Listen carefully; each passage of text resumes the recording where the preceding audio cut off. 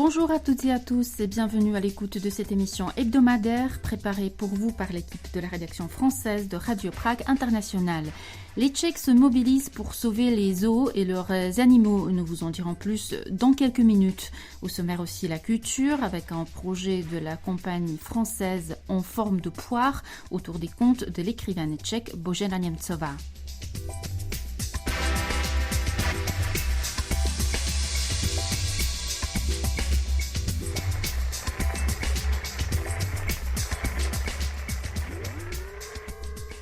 Le plus riche des Tchèques, Petr Kellner, figure parmi les victimes d'un accident d'hélicoptère survenu le 27 mars aux États-Unis. Les détails avec Alexis Rosenzweig.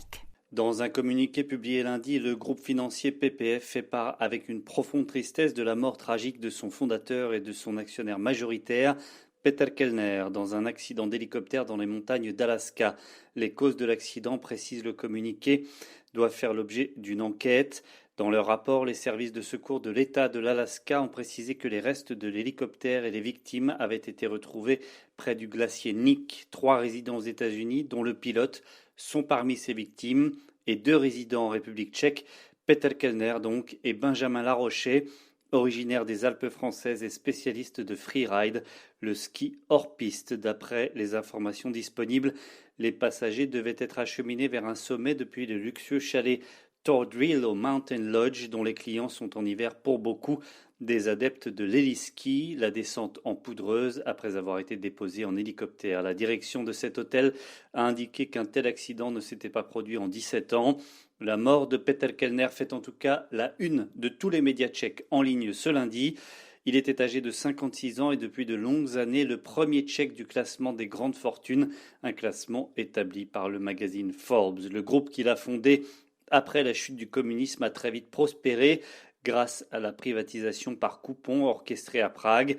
PPF est d'ailleurs l'acronyme de První privatizační fond, premier fonds de privatisation. La prise de contrôle en 1996 par ce groupe PPF de la plus grande compagnie d'assurance, Česká pojišťovna, est rappelée comme l'un des plus grands faits d'armes du businessman Petr Kellner, qui restait un homme mystérieux aux très rares interviews même, et à la même photographie utilisée dans les médias pendant une vingtaine d'années. Les activités de son groupe se sont internationalisées dans les années 2000 jusqu'en Chine plus récemment avec sa filiale Home Credit.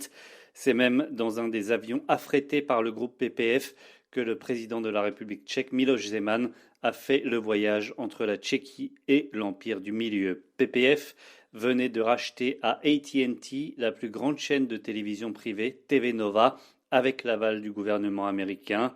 Le président de la République appréciait beaucoup Petr Kellner pour ses succès entrepreneuriaux et regrette profondément son décès tragique. C'est ce qu'a écrit le porte-parole du chef de l'État sur Twitter. Et de son côté, le Premier ministre tchèque Andrej Babiš indique qu'il s'agit d'une tragédie incroyable. J'en suis très triste. Sincères condoléances à toute la famille de Petr Kellner. Fin de citation. Petr Kellner était le père de 4 enfants. Sa fille Anna, championne de saut à cheval, est la compagne d'un autre des premières grandes fortunes du pays, Daniel Křetínský.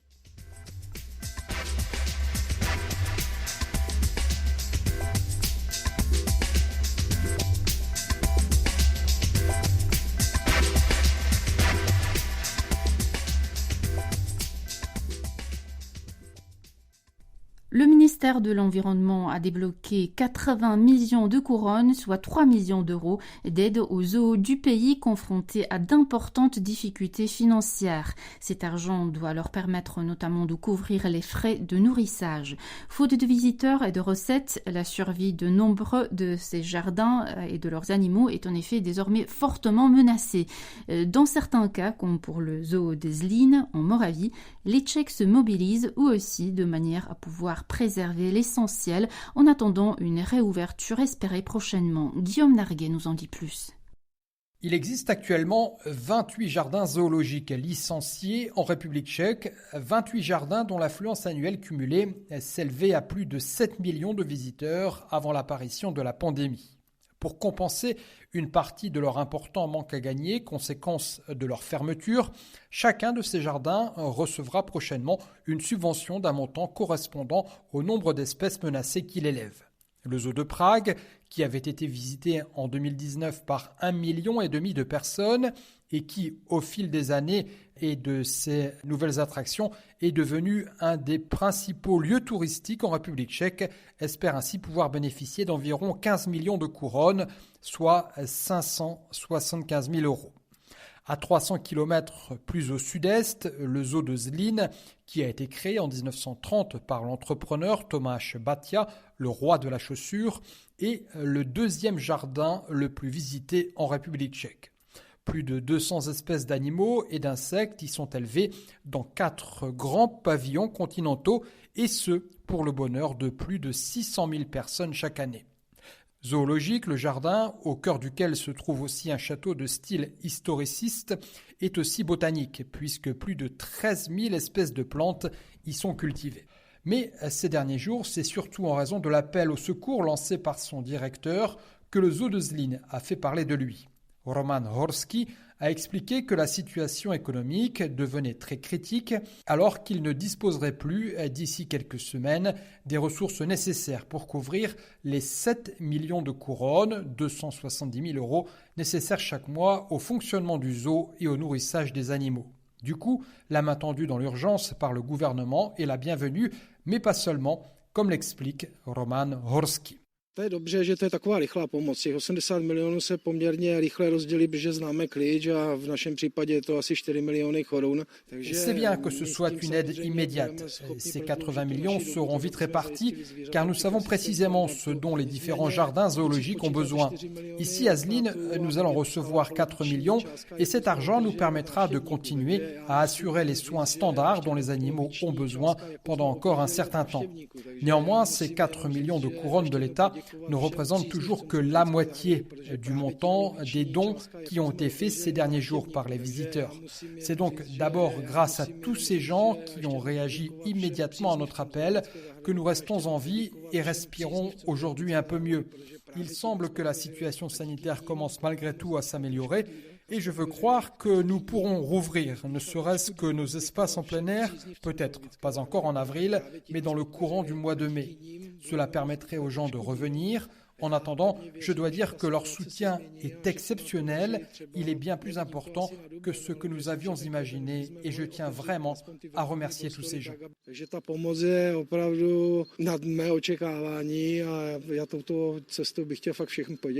Jusqu'à présent, le gouvernement continue de considérer que la situation sanitaire dans son état actuel ne permet pas d'autoriser la réouverture des zoos, même uniquement pour les espaces en plein air. À Zlín, où un système de parrainage en ligne des animaux a aussi été instauré, le directeur affirme que les recettes émanant de la billetterie permettent, en temps normal, de couvrir environ 80% des frais de fonctionnement du zoo, parmi lesquels les dépenses en nourriture représentent une part très importante. Le même directeur affirme aussi ne pas voir de différence entre un jardin public ou un parc, où les promenades restent autorisées, et un jardin zoologique d'une superficie de 55 hectares situé en forêt comme à Zlín. Le zoo de Zlín n'est pas le seul à bénéficier du soutien de ses fidèles visiteurs. À Dvůr Králové, en Bohême de l'Est, où se trouve également un des zoos les plus visités en République tchèque, quelques 30 000 donateurs ont versé plus de 10 millions de couronnes ces derniers jours. Une solidarité qui, ne serait-ce que le temps des prochaines semaines, permettra d'éviter le transfert d'animaux dans d'autres zoos du monde, voire l'euthanasie de certains, comme la menace avait été formulée.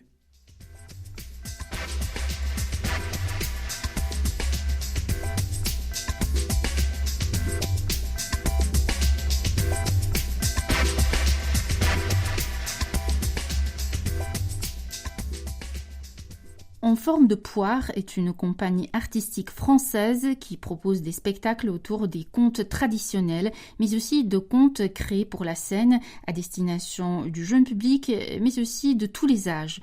Dans leur quête de nouvelles sources, Agathe Robinet et Fanny Rousseau-Simon ont découvert les contes de Božena Němcová. Frustrés de voir que de nombreux textes de l'écrivaine tchèque avaient été relativement peu traduits en français ou bien souvent trop adaptés, ils espèrent trouver trouver un éditeur pour publier de nouvelles traductions qui seraient confiées à Eurydice Antolin, déjà traductrice du roman Grand-mère Babička, un projet soutenu notamment par le Centre tchèque de Paris.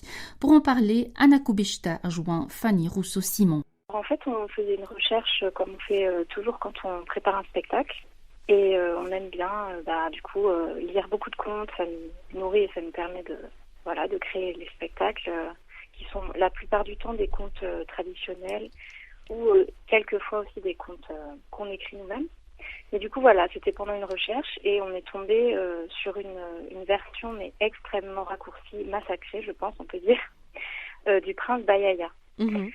Et donc, ça nous a intéressés et en faisant quelques recherches succinctes, on s'est rendu compte, grâce au personnage, je pense, on est tombé très rapidement sur le nom de Božena Němcová. Et c'est à peu près comme ça qu'on l'a découverte, mais on s'est rendu compte qu'effectivement, en France, elle était, je pense, on peut dire, inconnue. Et d'ailleurs, dans ce livre, il n'y avait aucune mention de son nom. C'est vraiment grâce au personnage qui, j'ai l'impression, est assez très populaire en République tchèque qu'on a trouvé le nom de Božena Němcová. On a lu aussi, encore une fois par hasard, un conte qu'on a trouvé, nous, sous le titre de Londine, qui nous avait également beaucoup plu, mais on s'est rendu compte que c'était des adaptations. C'est ça surtout qui nous a motivés à faire des recherches et à vouloir aller plus loin, en fait, pour essayer de découvrir sa véritable écriture, mais on s'est vite rendu compte que c'était un peu impossible, en fait.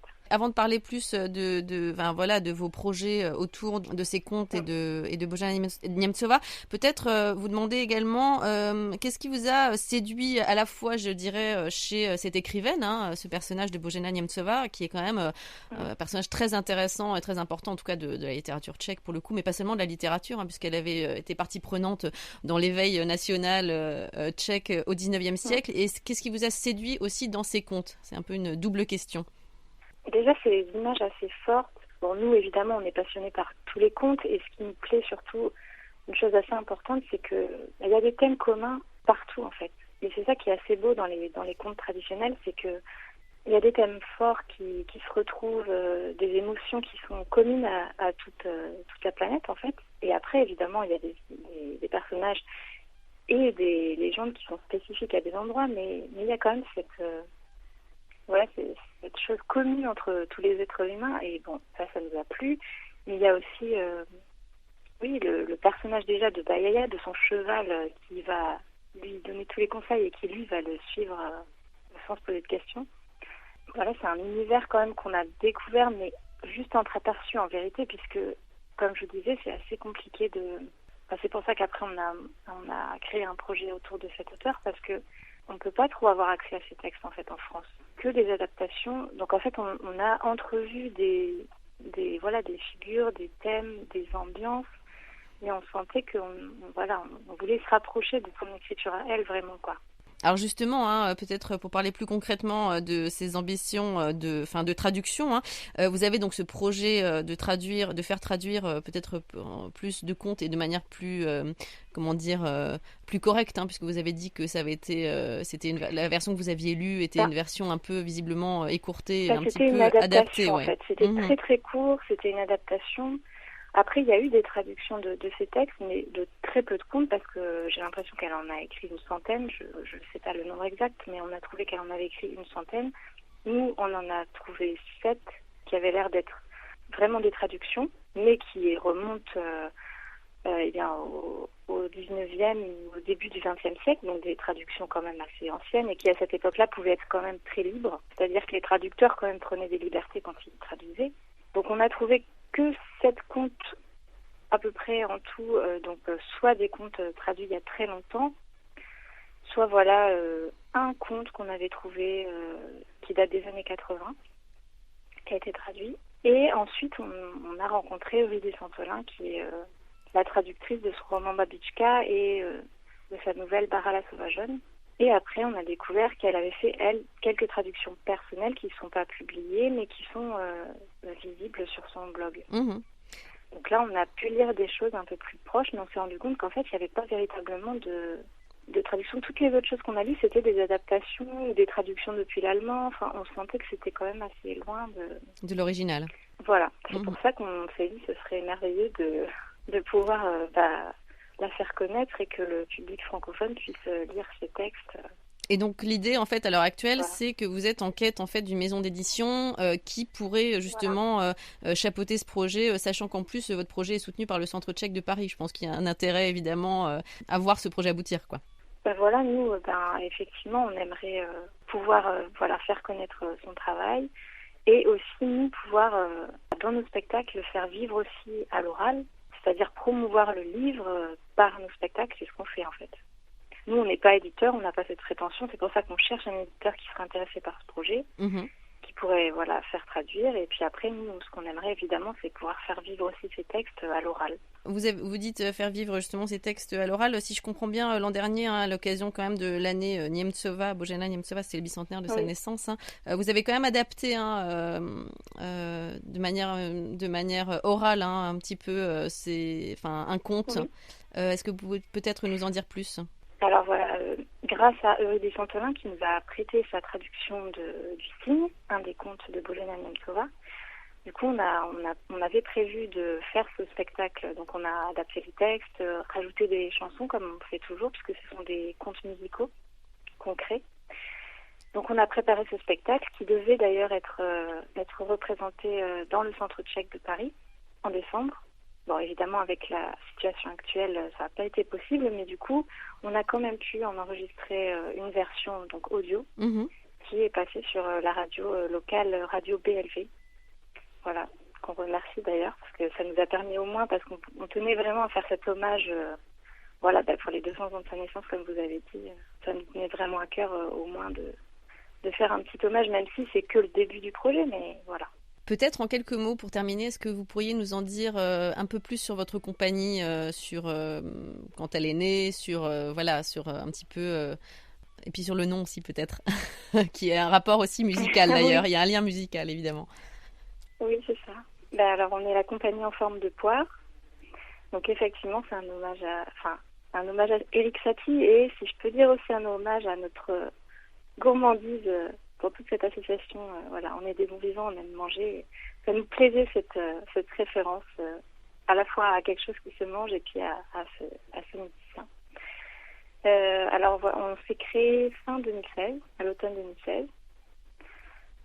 Voilà, je ne sais pas comment dire, c'est un amour commun du spectacle vivant, sans frontières, sans barrières, sans définition précise. Ce qu'on aimait, c'était un peu toutes les formes possibles du spectacle vivant. Évidemment, nous, ça a commencé un peu par les contes, mais c'est vraiment la musique, tout est perméable. On aime bien que, il puisse y avoir plusieurs formes et que, en tout cas, ce soit vivant, mais pas défini forcément, en tout cas. Tout peut avoir un lien. Votre public, c'est tout public, c'est les adultes, les enfants? Parce que les contes, ça concerne tout le monde, Voilà, c'est ce qu'on pense, nous aussi, comme vous dites justement. Ce qu'on aime, c'est que le conte, en fait, ça peut réunir tout le monde et ça a toujours été le cas. En fait, les gens qui ont colporté les histoires, qui les ont racontées, qui les ont répétées, même qui les ont écrites ensuite, c'était quand même quelque chose qui relie les gens. Il n'y a pas, pareil, pas de frontières, d'âge. Nous, on trouve ça justement intéressant que ça puisse s'adresser à tout le monde, que chacun puisse trouver ce qu'il a envie dans l'histoire et qu'il n'y ait pas forcément de catégorie, pas forcément d'âge prédéfini, voilà.